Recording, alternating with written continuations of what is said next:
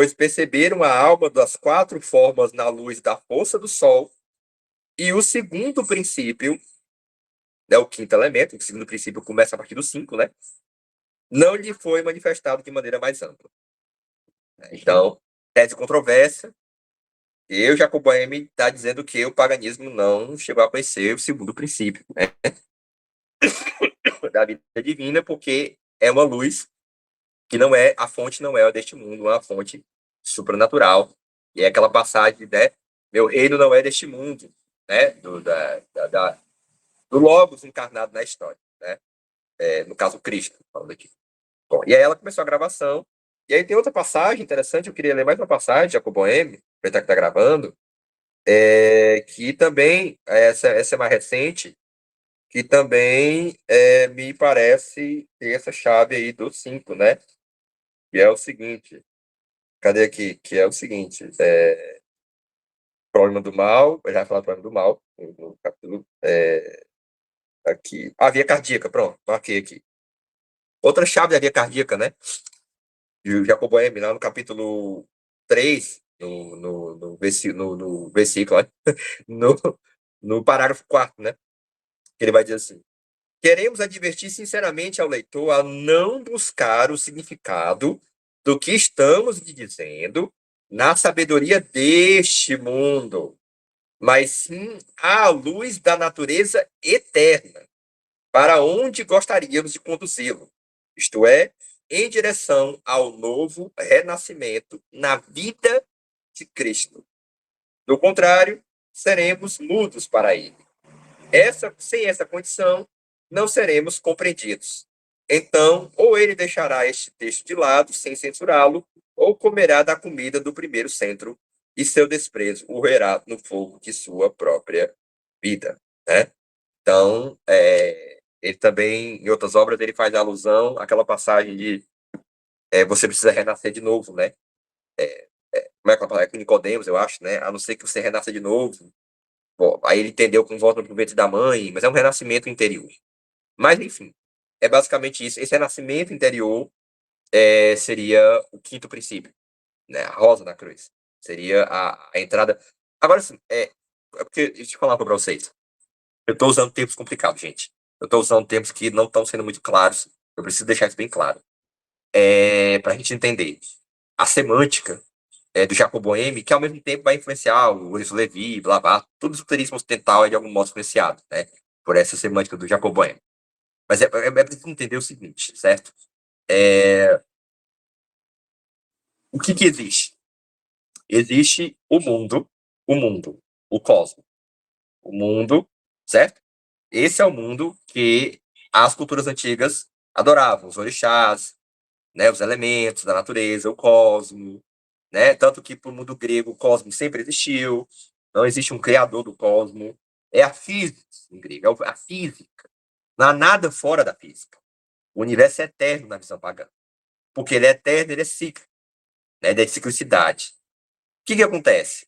Acontece o seguinte, que na perspectiva do Jacob Boehme, que já é herança da Idade Média e tal, e da chave judaico-cristã, existe o mundo natural, certo? Ele é uma parte de Deus. Então, que visão é essa? É uma visão panteísta? Deus é a natureza? Não, Jacob Boehme não é panteísta. Deus não é a natureza, nem a natureza é Deus.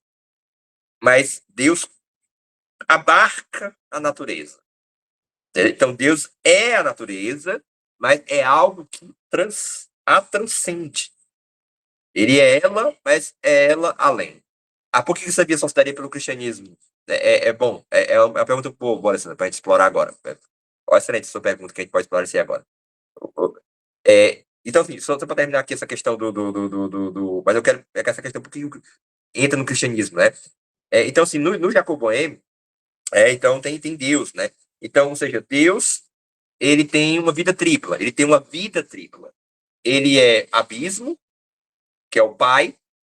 Ele é o Filho, que é o fogo, né? E ele é o Espírito Santo, que é a luz, que vai construir a vida da natureza. Certo? Então, esse mundo é o terceiro princípio da vida divina. Então, é assim que a Combine pensa, né? É assim que se dá a gnose dele. Então, há uma vida tripla do divino. Só que, o que acontece? Essa vida tripla, ela tem uma dinâmica setenária. A dinâmica dela se desdobra em 7 espíritos fontes, tá? Então, os 4 primeiros é o Pai, o 5º espírito é o Filho, e o 6º e o 7º espírito é o Espírito Santo. Então, nessa estrutura setenária, tem o Pai, o Filho e o Espírito Santo, na estrutura setenária. Consegue entender? E o 5º princípio, que é o Filho, que é a luz, vai ter relação com a via cardíaca. Agora, a Alessandra perguntou assim, por que essa revelação se daria a partir do cristianismo, né? Por que ela não estaria, por exemplo, acessível a outras tradições? Na verdade, ela está, né? Tem uma frase do Schelling, Alessandra, que acho que deixa isso bem claro, de uma forma didática e compreensível. A perspectiva que é a do cristianismo esotérico, né? Que é a que a gente está tratando aqui da teosofia cristã. É uma frase simples, mas que dá um giro para a gente entender o que o cristianismo representa como a via cardíaca, né? Por que ele é o símbolo supremo da via cardíaca, né? O símbolo supremo do fato religioso. Para o Schelling é mais ainda. O cristianismo é o fato supremo da religiosidade humana. De onde ele tira isso? Ele tira de uma frase que é o seguinte, é simples. É assim, essa é a frase, que dá a virada. Não é porque existe o cristianismo que existe a revelação. Não. Isso aí é para o católico, para o evangélico, para o cristão, da doutrina oficial do Estado. Ele acredita que porque existe o cristianismo, há alguma revelação do mundo. Então, a revelação é exclusiva do cristianismo. O Schelling vai dizer o contrário. É porque há uma revelação do absoluto na história, né? O Hegel vai pegar isso aí. É porque existe essa revelação que existe o cristianismo. Você entender? Então, essa revelação, ela começa na natureza, ela atravessa as religiões, a história, a cultura. Não vou dizer que ela vai progredindo, mas vai se desvelando os seus arcanos maiores, seu cortejo divino. A cena vai se desdobrando. E quando chega no cristianismo, o que acontece? Se abre a via cardíaca para as pessoas? Não, não se abre a via cardíaca para as pessoas. Ela já sempre existiu.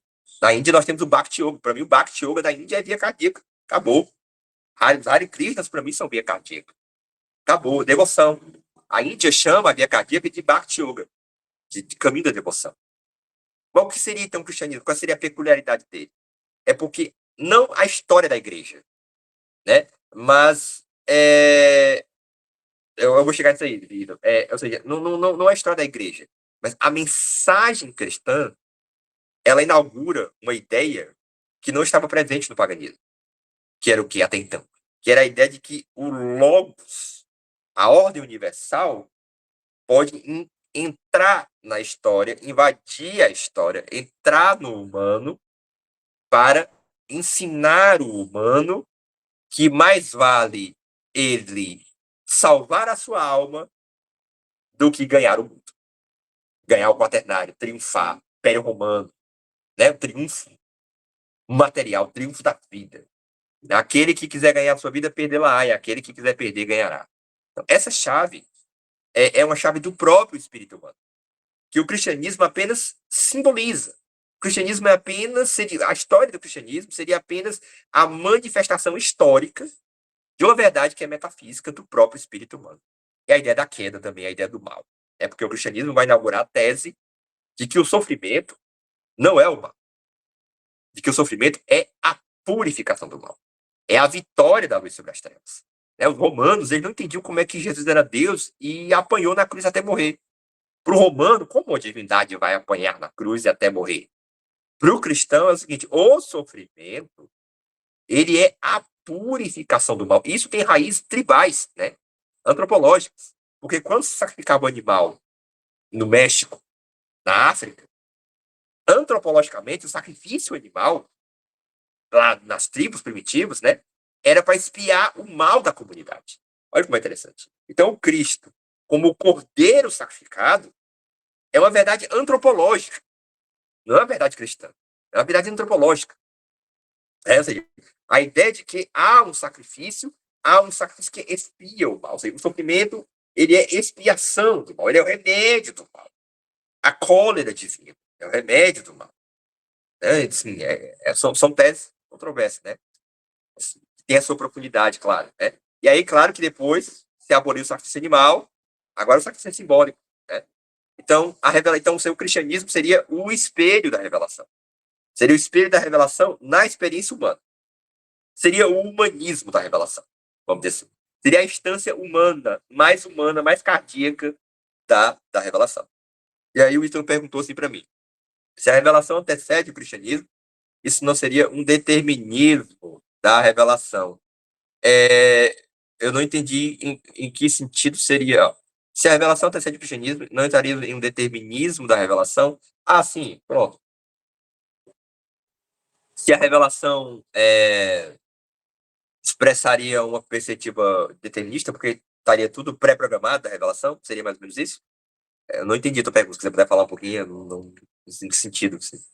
Porque assim, deixa eu só falar uma coisa, a revelação, ela é na verdade, viu? Deus como liberdade, como vontade, e não como substância, como é Aristóteles. É isso que eu acho que eu peguei tua pergunta. Por exemplo, você não pode entender a revelação como determinismo, de jeito nenhum. Por quê? Porque o que é determinismo? Determinismo é a mecânica, é a natureza, a perspectiva natural. Né? O Aristóteles entendia que Deus era um motor imóvel. No Aristóteles, sim. Você pode pensar que se Deus fosse pensado como uma substância primeira, aí sim, a revelação de Deus seria determinista. Mas a revelação que se dá aqui é Deus como vontade, né? Não Deus como substância. Como Deus como vontade, Deus como liberdade. Por quê? Porque ele não tem razão para criar o mundo. Ele cria porque ele é um ato da sua vontade. Então, a revelação vindo antes do cristianismo é a prova que, por exemplo, que Deus está em todas as religiões. Supera. Ele não está naquela, ele não é daquele povo, ele não é propriedade de uma religião. Né? É a ideia de que, por exemplo, inclusive o cristianismo, ele só pode ganhar dignidade quando ele está inscrito nessa história da revelação. Né? Porque essa revelação é do absoluto na história. Essa é a perspectiva filosófica. Então, quando a gente vai dizendo que a revelação é anterior ao cristianismo, é porque a gente quer fazer filosofia. Né? É porque a gente está falando de perspectiva filosófica, do universal. Se eu colocar a revelação com propriedade do cristianismo, eu caí na teologia. Eu caí no domínio teológico. Consegue entender? Pode falar. Fala, Nael, boa noite, boa noite. Aula fantástica, fantástica. Então, várias perguntas aqui, mas não vai dar tempo, não. Mas vamos se aprofundar nesse tema, né? Se a revelação antecede o cristianismo, significa que, para o cristianismo acontecer, ele tinha que estar na essência da revelação. Revelação vem antes, cristianismo depois. Se estava na essência da revelação e o cristianismo aconteceu, é porque ele tinha que acontecer, não? Porque fez um paradoxo entre, primeiro, a Igreja Católica vê que primeiro vem o cristianismo, para depois do cristianismo a gente enxergar a revelação. Em contraponto, primeiro vem a revelação e o cristianismo é um sintoma dessa revelação. Se o cristianismo é um sintoma dessa revelação, ele tinha que acontecer, não? Como sintoma de algo já Sim, existente. sim. Ele tinha que Então a acontecer. gente não entra no determinismo da essência da revelação. Não, eu entendi. É porque o conceito aí não é determinismo. O conceito aí é a sabedoria divina. Está inscrito na sabedoria divina que Deus triunfará no final. Isso é determinismo? Não, isso é a sabedoria divina. Né? Ou seja, Deus vai triunfar no final. Isso é determinar. É determinismo, mas não é determinismo do mecânico causal da natureza. Né? Não é, talvez a palavra adequada não seja determinismo, talvez seja o seguinte: está inscrito na sabedoria divina que Deus triunfará no final, né? Então, ou seja, está inscrito, assim como, por exemplo, o dogma da Assunção de Maria, estava inscrito, né, segundo o dogma católico, na essência do divino. Então, sim, nessa perspectiva, o cristianismo, eu sei o que seria também, o cristianismo, ele seria um desdobramento necessário da autorrevelação do absoluto. Ou seja, o cristianismo acontece em qualquer planeta do universo, consegue entender? Onde a criatura que contempla esse universo, ela não consegue entender o seu lugar no mundo, ela se sente perdida, ela se sente exilada, ela vê o mal, ela vê o sofrimento. Se houver uma criatura assim, em algum momento da história da civilização dessa criatura extraterrestre, surgirá a chave. Agora você fala assim, o cristianismo aconteceu. Eu colocaria uma aspas aí, porque o cristianismo não aconteceu como diz na Bíblia. Não aconteceu do Jesus fazer milagre e aquela coisa toda. O que aconteceu, na verdade, que nós chamamos de cristianismo, não é o que aconteceu. Eu acho que a gente tem que deixar claro isso, né? Que nós chamamos de cristianismo, não é assim. Nós, a história geral, né? Nós esotérico, não. O que aconteceu foi o quê? O que nós chamamos de cristianismo é uma construção teológica das mesmas comunidades cristãs primitivas gregas. Então, Jesus que ressuscita, o Jesus da chave da ressurreição, Jesus místico, esse Jesus que nós conhecemos da teologia, ele é uma construção literária das mesmas comunidades. Ele aconteceu assim. Ele aconteceu enquanto construção literária. Né? Então, por isso que digo, o poder do cristianismo não é a verdade concreta, factual dele, né? Que não houve, mas a mensagem que é divina. Agora, para a Igreja Católica e para a Igreja Protestante, Jesus existiu concretamente, fez milagres concretamente e ressuscitou concretamente. Né? O que a história diz? A história nos diz que a história dos milagres não pertence ao cristianismo primitivo. Então, os milagres é 400, 300 anos depois. Não tá, por exemplo, na percepção do Flávio José, que era um historiador romano que estava lá na época de Jesus. Então, ou seja, a mística que nós nos conectamos, com o Jesus Cristo que nós conectamos, não tem a ver com a história concreta que não aconteceu. Tem a ver com a mensagem divina. E essa mensagem dos evangelhos, ela é uma confluência de influências geográficas, políticas, históricas e culturais ao redor. Né? É influência do hermetismo, que estava lá forte, é influência do culto de Ísis no Império Romano. Lá no Apocalipse, se fala da Rainha dos Céus. Né? Rainha dos Céus era um título do culto de Ísis do Império Romano, muito forte ali. Jerusalém tinha muito forte isso. Né? E elementos do zoroastrismo, enfim, elementos de outras culturas que se adentram ali. Né?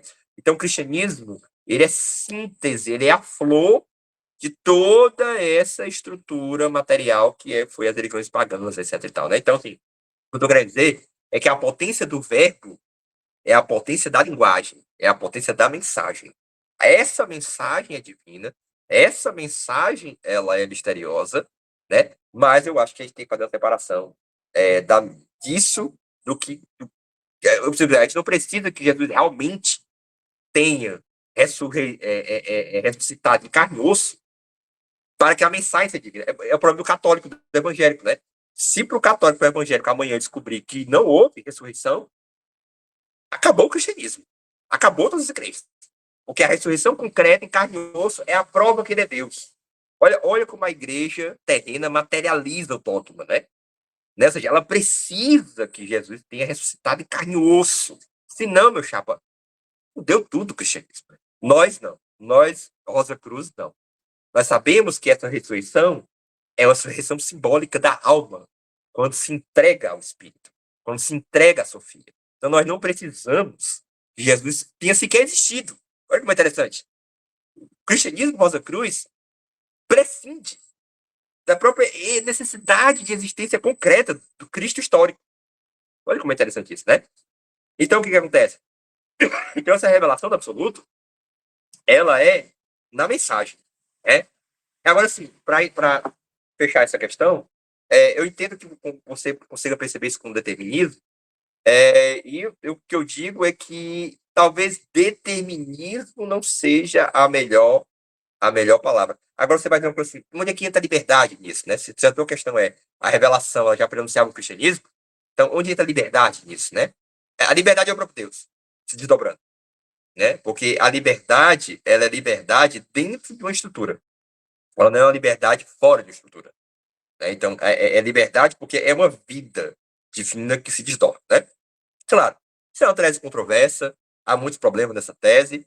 Isso é Schelling, tá? É uma influência do Schelling em relação a isso, obviamente. Tá? Você pode discordar à vontade, vocês podem discordar à vontade disso. Mas ele tem uma consistência filosófica nessa questão, alguma consistência filosófica, alguma raciocínio filosófico envolvido nisso. E eu acho muito útil a uma perspectiva Rosa Cruz, por exemplo, a um cristianismo mais aberto à magia, à alquimia, à cabala, esoterismo, né? Agora, olha como é interessante. Se a revelação precede o cristianismo, então os pagãos tinham a revelação, né? Ou seja, nós não devemos rechaçar a magia, né, a cabala, mas lá é o começo da revelação. O Schelling, ele vai dizer, sabe o quê? O Schelling vai dizer que o passado da revelação é a natureza. A natureza já é a revelação. Olha como é interessante, né? E Deus se revela nas suas obras. Né? É dito que ele se revela nas suas obras, né? Então, essa revelação é uma revelação que engloba tudo. Coloca o cristianismo no auge? Coloca. Mas coloca todo mundo no mesmo trem. Não coloca trens separados, né? Como faz a igreja católica e a igreja evangélica. Ela coloca todo mundo no trem separado. O cristianismo vai no trem, o paganismo vai no outro trem. O trem do paganismo é um abismo. Né? Essa perspectiva do rosicrucianismo, do Schelling, né? Vamos dizer assim também, todo mundo está no mesmo vagão. Né? E o cristianismo representaria o fato supremo da religião, por quê? O que é religião? Religião é religar o homem a Deus. Religar. Então pressupõe uma queda. Ora, qual é o auge dessa religação? O auge dessa religação é quando o próprio Deus desce na parada toda, entendeu? Então, assim, a incorporação da Umbanda, eu vejo isso na incorporação da Umbanda. O divino entra no corpo do cara e dá passe às pessoas e cura e conversa, consegue entender? Como é que o divino entra no corpo e cura, abençoa, fortifica, levanta, entendeu? Essa chave, né? Que tá no Egito também. No Egito também tinha isso. Né? No Egito Antigo tinha essa ideia de que os sacerdotes meio que incorporavam Horus, né? Que é a assunção forma Deus. Então, agora, a questão é que no cristianismo, essa mensagem ela é despojada, né, de um certo conteúdo mais, vamos dizer assim, mais mítico, e ela é mais humanizada lá. Ela é mais humanizada. A humanidade de Jesus e a divindade dele é um jogo do nosso espírito. É um jogo, né? É um jogo do Logos com a natureza. Porque o que está se dobrando é o espírito, mano. Então, é uma chave profunda nesse sentido, né? É como se o Logos tivesse descido e tivesse explicado o caminho que cabe ao ser humano. Não o caminho das plantas, o caminho dos animais, o caminho que cabe ao humano. E o caminho que cabe ao humano é a via cardíaca. Ou seja, o que seria a via cardíaca? A via cardíaca seria esse render o coração para esse sagrado mistério. É um rendimento. É engraçado que Islã quer dizer submeter-se, né? Então, a via cardíaca é mais ou menos isso. Agora, claro, que a igreja católica e a igreja protestante meio que se aproveitaram, né? Dessa redenção, né? E dogmatizaram o negócio, né? Fecharam o negócio, né? Construíram pontes e muros, né? Aí sim, é por isso que essa via cardíaca, que é uma via mística, ela é perigosa. Ela é muito perigosa. Porque ela pode desembocar o cara, velho, no maior delírio dogmático possível e imaginável. No maior delírio fanático. Por isso que a gente prega aqui uma mística filosófica. Ou seja, coração, mas coração com razão, com mente também, com filosofia, para frear as preocupantes pretensões do delírio místico, porque é uma via que tem que estar aos pés de Sofia. Aí Sofia é isso, né? Sofia é esse remédio da via cardíaca, né? Para ela não desembocar, vamos dizer assim, no fanatismo, né? Então, a mística filosófica, uma filosofia mística. Netza Rhodes, exatamente. O Rhodes tem que estar lá, né? Exatamente, que é mais o mental, né? Vamos dizer assim, e o Neds, a devoção, tal, tudo para o quê? Para essa via mística, esse diferente, ser seguro, né? Estar alicerçado em Neds, a Rhodes. Gostei da associação, acho que é isso mesmo, né? É basicamente isso. Então, é mais ou menos isso. Se tiver algo para falar, pode falar. Vocês estão entendendo que a via cardíaca é difícil explicar isso? Assim, eu percebo que a via cardíaca tem alguma coisa a ver com a ideia de interioridade, né? Então, por exemplo, uma vez a galera queria, qual seria a literatura para estudar a via cardíaca, né? Eu acho que começa com o apóstolo Paulo, assim, depois vai para o... Pode falar, Caio. Sendo o advogado do diabo que eu tenho o costume de ser, essa questão da via cardíaca, se eu estiver entendendo bem, ela me lembra a dicotomia que o Crowley cria entre magia e misticismo. Só que quando ele cria essa distinção, ele não explica ela de uma forma necessariamente filosófica, mas de uma forma técnica. de uma forma totalmente pragmática. Para ele, o misticismo seria meditação, seria oração, seriam as abstinências, as vias morais. Na verdade, ele vai dizer que o misticismo seria a cessação do fluxo da mente, mas seria essa coisa passiva, essa coisa de recebimento. Enquanto a magia, ela é ação, ela é concentração de vontade num ponto e a ação para se atingir aquele ponto, como como um arqueiro mirar num alvo e atirar. Então, se eu tô entendendo bem, a via cardíaca, como você falou mesmo, seria o Bhakti, enquanto a via mágica é a via cerimonial, é a via do êxtase, é a via da dança, é a via da poesia, da linguagem. Então a magia ela acaba trazendo até uma coisa mais romântica do que esse misticismo cardíaco. Achei perfeito. E assim, essa ênfase técnica do Crowley faz muito jus ao espírito inglês, né? Como um bom inglês, ele vai tentar explicar a coisa numa perspectiva mais técnica e menos filosófica, né? Como eu tenho proximidade dos alemães, eu tento pegar a questão mais filosófica, né? Os alemães é terra de teólogo, né? E como dizia o Nietzsche, todo religioso, todo teólogo, todo filósofo tem um pé na religião e todo religioso tem um pé na filosofia, né? Mas eu acho que faz todo sentido isso aí. Agora, assim, o Crowley tem uma perspectiva que a mística seria algo mais passivo, né? A magia seria algo mais ativo. Acho isso interessante, porque a perspectiva da via cardíaca, ela realmente é muito condutual, ética, né? E não tem muita assim, questão da cerimônia, do ritual, né? Aí o que eu acho? Aí eu acho que a teologia sagrada, ela faz uma síntese legal entre magia e via cardíaca, né? Porque de repente você pode estruturar um ritual, e aí o Papos é que vai recuperar isso. Eu acho que é interessante isso, né? A questão lá do Papos com Samatã e com Martinez Pasquali, né? Martinez Pasquali, teologia, Elos Cohen. Depois que o Samatã, a via cardíaca, que ele pegou Jacob Boehme. Então, Papos com o martinismo, ele entende que a magia também pode servir à via cardíaca, né? E a via cardíaca pode servir à magia, na medida que o coração, a vontade, o humano, enfim, a alma, né? Você quer falar, Caio? Você quer falar uma coisa? Não, eu só ia comentar uma Vai. questão que, daí, por exemplo, ele tem o Liberaba, certo? Onde ele vai destrinchar a magia e o misticismo. Então, é uma divisão de 4 livros. O primeiro livro se chama Misticismo. O segundo se chama Magia. Só que no primeiro livro, que é o Misticismo, ele explica o quê? Justamente os 8 membros da Yoga do Patanjali. Então, a questão condutual, por exemplo, mas na Yoga do Patanjali você tem os yamas, que são as coisas que você deve fazer, e os niyamas, que são as coisas que você não deve fazer, que é a conduta ética da yoga.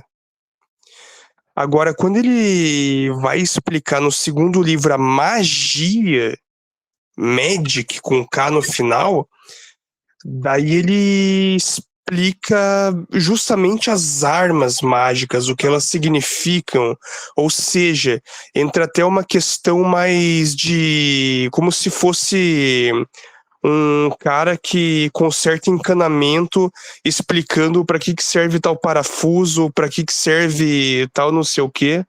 Léo levantou a mão. Fala, Léo. Eu ia falar, mas dá pra escutar aí? Dá, né? Eu ia falar, mas não precisava interromper o Caio, não. Se o Caio quiser terminar de falar aí. Não, eu já Não, fala. terminei. Vai falar, Léo. Então, é que ele tinha comentado sobre aí o yoga, né? E sobre as condutas boas e ruins que tem lá. Ele falou um nome bonitinho, só que eu esqueci. Quer dizer, não é que eu esqueci, eu não sei pronunciar, então não vou nem Yama tentar. e Yama. Exato, exato. Essas práticas são comentadas naquele livro das Meditações do Tarot, E lá e é comentada justamente no capítulo do sacerdote, né? É claro.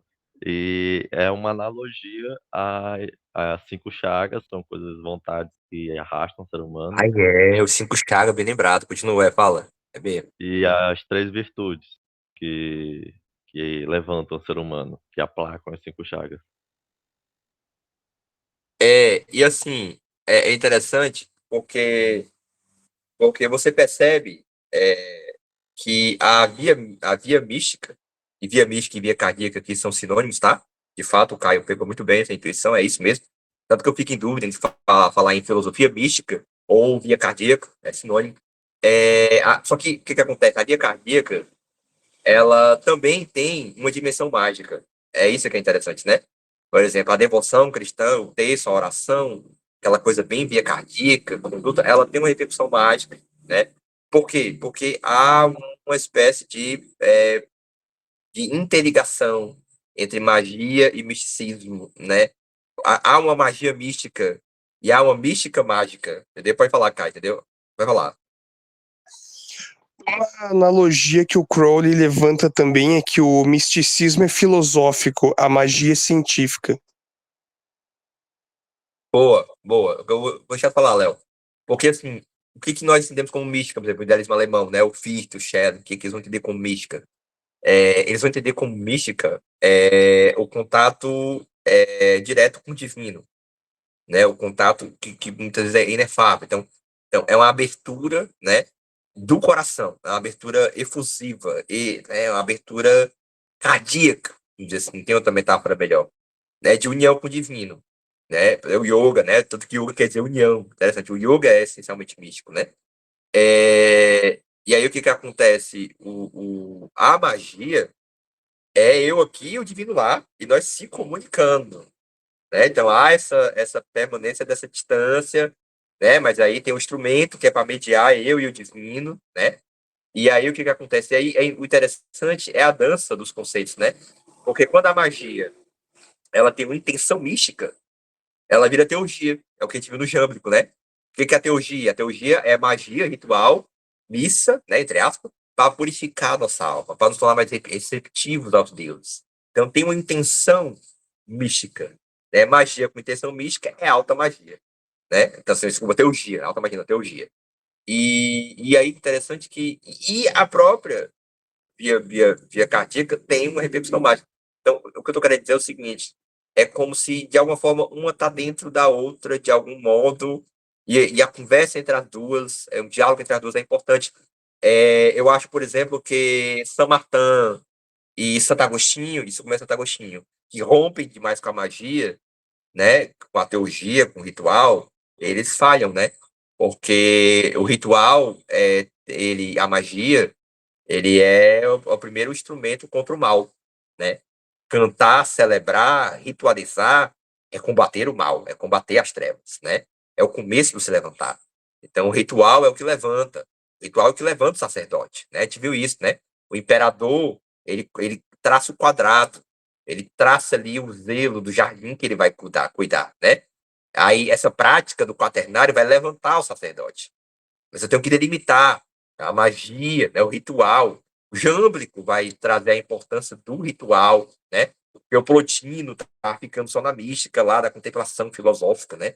Então, de fato, essa analogia do Crowley que a mística é mais filosófica, a magia está mais, estaria mais para a ciência, faz todo sentido, né? Fala, Léo. Eu vou falar só que disso eu tô indo pro canto certo, né? Tem umas analogias entre os números, né? E a mística, a sabedoria, a magia, esse seria o 1, 2 e o 3, né? A mística 1, a sabedoria 2, a magia 3. E aí quando se soma esse, você tem um 6, que seria então o cardíaco, né? O tiferete, né? Qual é o número que Aí você chama que dá 6? Peraí, qual é o nome de repete os números? a mística, que é o número 1, a sabedoria, que é o número 2, e a magia, que é o número 3. Certo. Um mais E dois, aí, dá 6. É, não sei se eu entendi errado. Há uma igualdade entre a mística e a cardíaca, né? No sentido de que e também, eu vou dizer que um é igual a 6.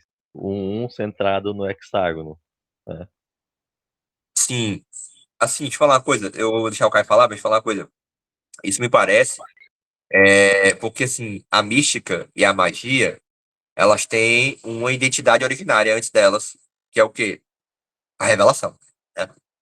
Então, é, elas estão unidas porque elas participam da revelação. Ou seja, a própria magia e a própria mística são analogia à magia com a natureza, a mística com o humano, com o espírito. Né? Espírito e natureza. O espírito é mística, né? A magia é natureza. Espírito e natureza vem do absoluto. Então, magia e mística vem da revelação. Então, a magia é um desdobramento da revelação, a mística também é um desdobramento da revelação. A magia talvez mais fora, né, para fora, né, e a mística mais para dentro. É engraçado que o Schelling falava o seguinte, que há duas formas de se conectar com o absoluto. A arte, que é fora, e a magia é uma arte, né, e a religião, que é dentro. A religião é a síntese interna. A arte é a síntese externa, né? Então tem que ter o quadro lá de arte, tem que ter o objeto da arte, templar. Então a arte e a religião, as duas ligam com o absoluto. Só que a arte liga a partir de elementos externos, né? E a magia é uma arte, isso está muito claro. Tanto que em cada país, em cada cultura, ela é de um jeito, né? Assim, mas preservando certos fundamentos, né? Que seriam universais. E a mística, ela é uma síntese interior, né? Então, externo e interno são o quê? São cadências do absoluto, né? O absoluto ele se manifesta como natureza, como espírito, como fora, como dentro, como magia e como mística. Fala, Caio. Então, por exemplo, entrando nessa questão que o Léo trouxe dos números, existem as fórmulas que o Crowley coloca para retratar magia e misticismo, que eu já comentei elas lá no grupo de WhatsApp, que assim, a fórmula da magia é 0 igual a 1. Não, desculpa, é 0 igual a 2. As coisas vêm do zero, a existência vem do zero, que é Keter, e ela se manifesta através da dualidade, que seria o Maya, digamos assim. E isso seria magia, essa criação do Maya. Só que daí a fórmula do misticismo é 2 igual a 0. Você tá no Maya e você vai retornar a Keter. Só que na matemática, se você tem um número igual ao outro de um lado, ou se você inverte a ordem, continua sendo a mesma equação. Então essa que é a jogada. São duas equações, mas elas são a mesma. Como se fosse uma revelação em dois ângulos, né? Interessante. Gente, a gente vai continuar no grupo, vou encerrar por aqui, tá bom? Agradeço a participação de todo mundo. E é isso aí, depois vai comprar ser duas partes. E valeu, galera. Tamo junto. Próximo é o Enamorado. Aí sim, a gente vai ver a via cardíaca lá no Enamorado, no sexto arcano. Não percam os próximos capítulos da novela. Valeu, galera. Valeu, Alessandra. Valeu, Pedro. Valeu, Caio. Valeu, Léo. Tamo junto.